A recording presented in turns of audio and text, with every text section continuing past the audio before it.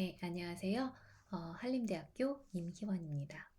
오늘 저는 제가 최근에 발표했던 연구인 Effects of Conflicting Prescription Drug Information from Direct-to-Consumer Advertising and Drug Injury Advertising on Patients' Beliefs and Medication Adherence라는 이제 논문을 여러분들께 설명을 드리고자 합니다. 이 연구를 시작하게 된 계기는 이제 TV에서 이런 광고들을 흔하게 접하면서인데요. 우선 미국 소비자들 경우에는 의사의 처방전이 필요함에도 불구하고 처방약들의 광고에 직접 노출이 되는 소위 말하는 DTCA, Direct to Consumer Advertising에 많이 노출이 되고 있는 상황인데요. 그와 동시에 Direct to Consumer Advertising에서 이제 광고가 되고 있는 약이 가지고 있는 치명적인 부작용을 설명하면서 집단 소송에 이제 참여할 사람을 모집하는 이제 변호사들이나 로펌의 Drug Injury Ad라는 것도 동시에 존재하는 상황입니다. 그리고 이 둘은 동시에 처방약에 대해서 서로 다른 입장의 다른 정보들을 제공하고 있고 이것이 소비자들에게 혼란을 일으킬 수도 있는 상황이 생기고 있었습니다. 그래서 저는 이에 맞춰 다음과 같은 이제 리서치 목적을 가지고 이 연구를 진행을 했는데요. 특히 DTCA와 Drug Injury Advertising에 노출이 되었을 때 실제로 환자들이 자기가 복용하고 있는 약, 물론 자기가 복용하고 있는 약이 이 DTCA와 Drug Injury Ad에 해당이 되었을 때 여기에 자기들이 갖고 있는 믿음에 대한 이제 장기적인 액세서빌리티와 이를 통해서 실제로 처방약 복용에 어떤 영향을 주는지에 대해서 살펴보고자 했습니다. 이것들을 살펴보기 위해서 우선 저는 DTCA와 Drug Injury Advertisement의 컨텐츠에 대해서 먼저 설명을 드리고자 합니다. DTCA, Direct to Consumer Advertising 같은 경우에는 아무래도 약과 제약 제품과 관련된 컨텐츠이다 보니 FDA 자체적으로 DTCA는 이제 리스크 인포메이션과 베네핏 인포메이션이 이제 공평하게 밸런스를 이루도록 이제 이제 규제를 하고 있고요. 실제로 이 규제에 따라서 시정 명령을 받고 시정된 광고를 올리는 경우들도 심심치 않게 나왔었는데요. 이제 이런 FDA의 Fair Balance Requirement 때문에 DTCA는 대부분 굉장히 스탠더다이즈된 컨텐츠와 포맷을 가지고 이제 제작이 되어 오고 있었습니다. 하지만 그럼에도 불구하고 양적인 측면에서는 리스크 인포메이션과 베네핏 인포메이션이 밸런스를 이루고 있다고 하지만 실제로 이제 환자들의 입장에서도 이게 fair balance하게 프레젠트 되고 있는가라고 보면 그렇지 않다라고 얘기할 수 있는 가능성들이 상당히 존재를 하는데요. 이는 이제 DTCA의 컨텐트 어널리시스, 특히 DTCA의 컨텐츠 어널리시스에서 상당히 많이 나타났었습니다. 우선 먼저 프레젠테이션 측면에서 살펴보면 영앤 클라인의 연구에서 봤을 때 리스크 인포메이션 같은 경우에는 드럭 클래스마다 달라지지만 베네핏 인포메이션 같은 경우는 반드시 거의 60% 정도의 광고에서 나레이션을 이용을 했고 그에 비해 리스크 인포메이션은 이거보다는 적은 정도로 나레이션이 있었다라고 이제 보여준 적이 있고요. 그리고 이제 베네핏 인포메이션과 리스크 인포메이션이 얼마나 읽을만한지에 대해서도 살펴보면 대부분 리스크 인포메이션이 이제 나레이션과 텍스트를 동시에 사용하기보다는 텍스트로만 정보를 제공하거나 이제 그 텍스트도 굉장히 작은 사이즈의 폰트를 이용하는 경우들이 많이 있어 왔음을 컨텐츠 어널리시스를 통해서 보여줬었고요. 거기에 더해서 리스크 인포메이션이 베네핏 인포메이션보다 주로 이해하기 어려운 정도로 프레젠트 되고 있는 경향이 나타났었는데요. 특히 이제 설리반과 동료들의 연구에 따르면 대부분 이제 리스크 인포메이션은 이제 고졸 이상의 이제 독해 능력을 가진 사람들이 이해할 수 있는 단어들을 사용해서 이제 문장을 구성을 하고 그 문장들도 굉장히 길고 복잡한 경우가 있는데 대부분 헬스 리터러시 쪽에서 이제 초중 정도의 독해 능력을 가진 사람들이 읽을 수 있을 정도로 쉽게 쓰도록 권고하는 것을 생각해 봤을 때 리스크 인포메이션이 분명히 사람들에게 제대로 전달되지 못할 가능성들이 존재한다라는 걸 볼 수 있죠. 그렇다면 드럭 인저리 애버타이징은 어떤 특성이 있는지 살펴보도록 하겠습니다. 드럭 인저리 애드는 제가 앞에서도 잠깐 설명을 드렸지만 아직 집단 소송이 이루어지지는 않았지만 집단 소송이 이루어질 가능성이 있는 케이스들을 찾아서 이제 변호사나 로펌들이 그리고 그 로펌이 의뢰한 이제 마케팅 펌들이 이제 집단 소송에 참여할 사람들을 모집하는 광고를 의미하는데요. 이런 집단 소송 광고의 가장 대표적인 이제 단골 주제가 바로 이러한 제약품들이나 메디컬 디바이스들이었습니다. 특히 제가 지금 소개할 드럭 인저리 애드 같은 경우에도 상당히 대부분 스탠더다이즈된 컨텐츠나 포맷을 보여왔는데요. 우선 항상 메디컬 얼러트나 컨슈머 얼러트라는 이제 자극적인 제목으로 이제 시작을 해서 사람들의 눈길을 잡고 그 다음에 여러분 혹은 여러분이 사랑하는 사람이 이 약이나 메디컬 디바이스를 사용해서 이런 심각한 이상 반응이나 부작용을 경험했는지를 물어보는 것으로 시작을 합니다. 그 다음에는 FDA 로고를 사용하거나 FDA Alert라는 말을 사용하면서 마치 지금 여기서 소개하고 있는 케이스가 실제로 FDA가 인베스티게이트를 시작한 것 같은 인상을 주는, 실제로는 그렇지 않지만 그런 인상을 주는 이제 역할을 이제 식으로 구성을 하고요. 그리고 티펫의 컨텐츠 어널리시스에 따르면 대부분 광고가 30초 안팎인데 이 28초 동안 28초 중에 20초가 이 약을 먹었을 때 실제로 일어날 수 있는 치명적인 이상 반응이나 부작용을 설명하는 데 사용이 되었다고 합니다. 자, 그렇다면 이렇게 스탠더다이즈된 컨텐츠와 포맷을 가지고 있는 DTCA와 드럭 인저리 애드에 지속적으로 노출이 되었을 때 어떤 현상이 일어날 수 있는지에 대해서 설명을 하기 위해서 미디어 프라이밍 이펙트를 theoretical framework로 이제 사용을 했는데요. 잘 아시다시피 미디어 프라이밍은 특정한 미디어 컨텐츠에 반복적이고 지속적으로 노출이 되었을 때 사람들의 머릿속에 메모리에 미디어와 관련된 미디어의 컨텐츠와 관련된 생각이 더 많이 액세서블하게 되고 그리고 결국 그것이 그 다음에 우리가 맺는 디시전 메이킹이나 행동에 영향을 준다라는 게 기본적인 이제 주장인데요.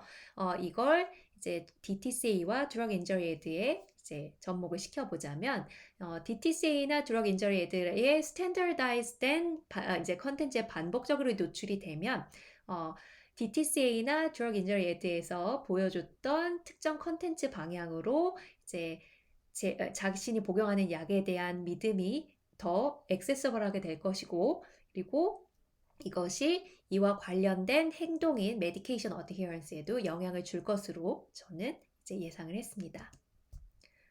그리고 여기에 덧붙여서 저는 이제 DTCA와 드럭 인저리 애드 각각의 그냥 하나씩 노출되었을 때뿐만 아니라 이에 동시에 노출이 되었을 때 사람들이 어떤 반응을 일으킬지에 대해서 이제 설명을 하기 위해서 기존의 헬스 커뮤니케이션의 Conflicting Information Exposure Effect 연구들을 참조를 했습니다.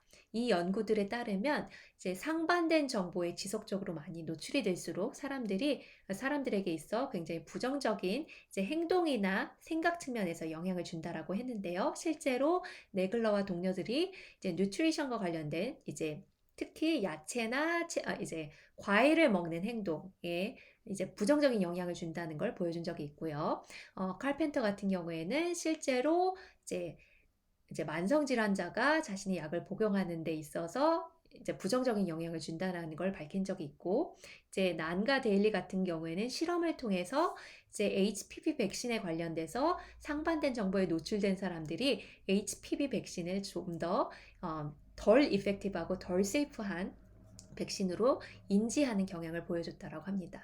그래서 기본적으로 이제 이 연구들을 통해서 이제 드럭 인저리 애드와 DTCA에 동시에 노출이 될 경우 두 개가 상반된 이제 같은 약에 대해서 상반된 파트를 이제 강조하는 메시지를 제공한다라는 점에서 이걸 상반된 메시지에 대한 이제 노출로 이제 여길 수 있고, 그렇기 때문에 여기에 대해서 지속적으로 상반된 정보에 노출될 경우 이제 메디케이션 어드히런스나 메디케이션과 관련된 믿음의 액세서빌리티에도 부정적인 영향을 줄 것으로 전반적으로 예측은 해볼 수 있지만 실제로 연구가 되어 있지 않았기 때문에 이 부분은 리서치 퀘스천으로 남겨두었습니다.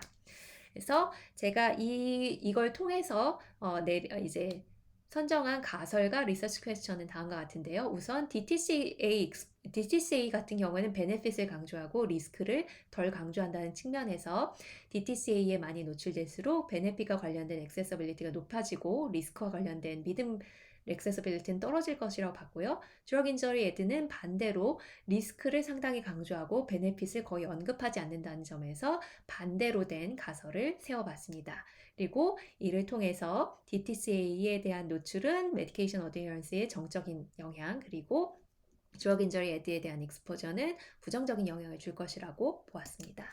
그리고 이렇게 높아진 블리프 액세서빌리티가 실제로 각각의 애드버타이징 익스포저와 메디케이션 어드헤런스 사이를 매개할 것이라고 예상을 했고요. 그리고 DTCA와 드럭 인저리 애드버타이징의 인터랙션이 블리프 액세서빌리티와 메디케이션 어드헤런스에 어떤 영향을 줄지에 대해서 살펴보았습니다. 이러한 가설과 리서치 퀘스천을 검증하기 위해서 저는 온라인 서베이를 했고요. 제가 사용했던 컨텍스트는 블러드 디너인데요. 블러드 디너 같은 경우에는 이제 제가 데이터를 컬렉션하던 당시에 가장 많이 이제 DTCA로서 가장 많이 광고되던 드럭 카테고리였으면서 동시에 이제 로스 애드버타이징에서도 많이 다뤘던 소재였기 때문에 상반된 이제 효과를 좀 더 잘 볼 수 있는 컨텍스트라고 판단해서 선택을 했었고요. 이래서 블러드 디너를 복용하고 있는 45세 이상 80세 이하의 미국 성인들을 대상으로 서베이를 진행을 했습니다. 키 베리어블들은 다음과 같이 측정을 했고요. 드럭 인저리 애드는 DTCA에 비해서 노출 빈도가 낮기 때문에 빈도가 아닌 노출이 되어본 경험에 대해서 물어봤고요. DTCA 같은 경우에는 그 당시에 가장 많이 이제 광고가 되었던 블러드 디너인 엘리퀘스, 프레덱사 그리고 자렐토 각각을 지난 3개월 동안 얼마나 많이 접해봤는지에 대해서 물어봤고, 메디케이션 어드헤런스는 모리스키와 동료들의 메저먼트를 이제 응용했고요. 블리프 액세서빌리티는 리스폰스 타임으로 측정을 했습니다. 베이스라인 퀘스천과 이제 드럭 베네핏과 리스크 이제 문장 각각에 대해서 yes, no로 반응을 하게 했는데 본인이 떠오르는 대로 가장 이제 빠르게 이제 대답을 하도록 해서 얼마나 빨리 본인 이제 이와 관련된 생각에 액세스할 수 있는지를 측정을 했고요. 컨트롤로는 데모그래픽과 메디케이션과 관련된 베리어블들이 측정이 됐습니다. 이건 참고로 제가 실제로 사용한 스테이트먼트들입니다. 자, 그래서 가설을 검증하기 위해서 Hierarchical Regression Analysis를 진행을 했고요. 우선 첫 번째로는 Drug Benefit Related Belief Accessibility를 Dependent Variable로 하는 Regression Analysis고, 결과적으로 봤을 때 Advertising Exposure가 이제 Belief Accessibility에 주는 영향은 찾지 못했습니다. 두 번째로는 Drug Risk Related Belief Accessibility를 Dependent Variable로 한 Hierarchical Regression이었는데요. 이것도 역시 Advertising Exposure 자체 이펙트는 발견하지 못했습니다. 흥미로웠던 점은 메디케이션 어드헤런스를 디펜던트 베리어블로 한 리그레션 어널리시스였는데요. 여기서 여러분들도 보시다시피 DTCA 익스포저와 드럭 인저리 애드 익스포저의 인터랙션 이펙트가 나타났기 때문에 이걸 여러분들께 이제 해석을 할 건데요. 해석하기 위해서 다음과 같이 이제 그림을 그려봤는데, 여기서도 보시다시피 드럭 인저리 애드버타이징에 노출이 된 적이 있다라고 응답한 응답자들의 경우에는 DTCA 익스포저 레벨이 높아질수록 메디케이션 어드히런스 레벨이 떨어지는 것을 경향을 보실 수 있는데요. 반대로 드럭 인저리 애드에 이제 노출된 적이 없다라고 하는 경우에는 DTCA 익스포저와 메디케이션 어드히런스 사이에 아주 큰 이제 약간 아주 만만한 이제 정적인 경향을 살펴보실 수 있을 겁니다. 자, 그리고 다음은 실제로 그래서 이제 블립 액세서빌리티가 이제 애드버타이징 익스포저와 메디케이션 어드헤런스 사이를 매개하는지를 살펴보고자 헤이스의 프로세스 매크로를 진행을 한 거고요. 결과적으로 매개 효과는 발견되지 않았습니다. 자, 그래서 리절트 서머리는 보시면 여러분들이 기억하셔야 될 부분은 바로 이 인터랙션 이펙트입니다.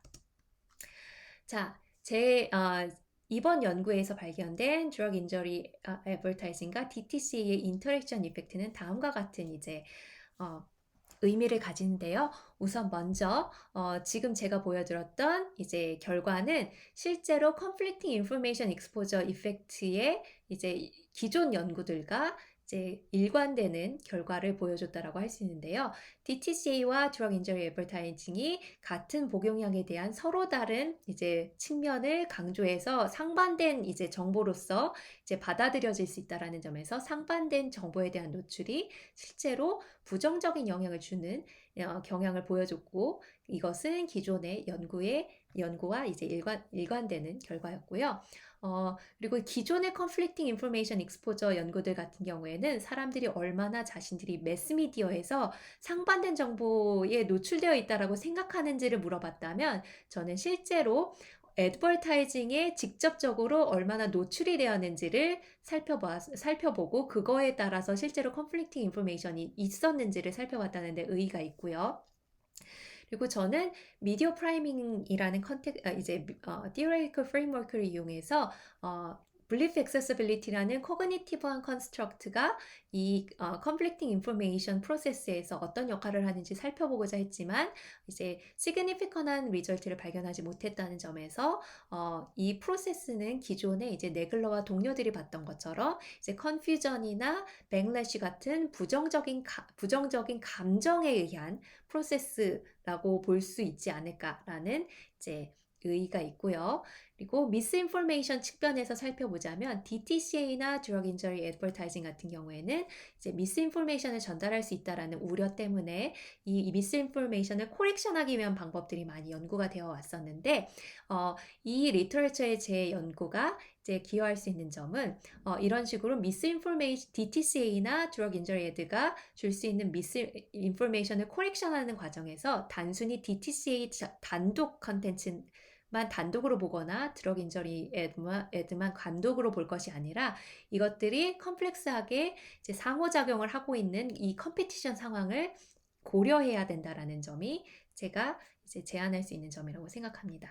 프랙티컬하게 봤을 때는 이제 헬스케어 프로바이더나 퍼블릭 헬스 팔러시 메이커들이 그동안은 DTCA나 드럭 인저리 애드버타이징 각각 자체가 가지는 네거티브 이펙트에 대해서 우려를 해왔는데요. 제 연구에서 보여준 바는 DTCA 단독이나 드럭 인저리 단독으로만 네거티브 이펙트를 보여주는 게 아니라 사실 네거티브 이펙트는 이 둘이 인터랙션을 통해서 보여주는 결과라는 게 제가 이제 보여주는 프랙티컬한 임플리케이션이고요. 헬스케어 프로덕트 마케터에게 줄 수 있는 임플리케이션은 이제 본인들이 이제 타겟 메시지를 잡을 때 단순히 우리의 제품이 잘 전달되기 위해서 베네핏만 강조할 게 아니라 저기에 이제 상반된 메시지들도 존재를 하고 그것을 커렉션하거나 이제 디펜딩 할 수 있는 메시지도 따로 준비를 해야 된다라는 필요성을 강조했다라는 점에서 의의가 있습니다.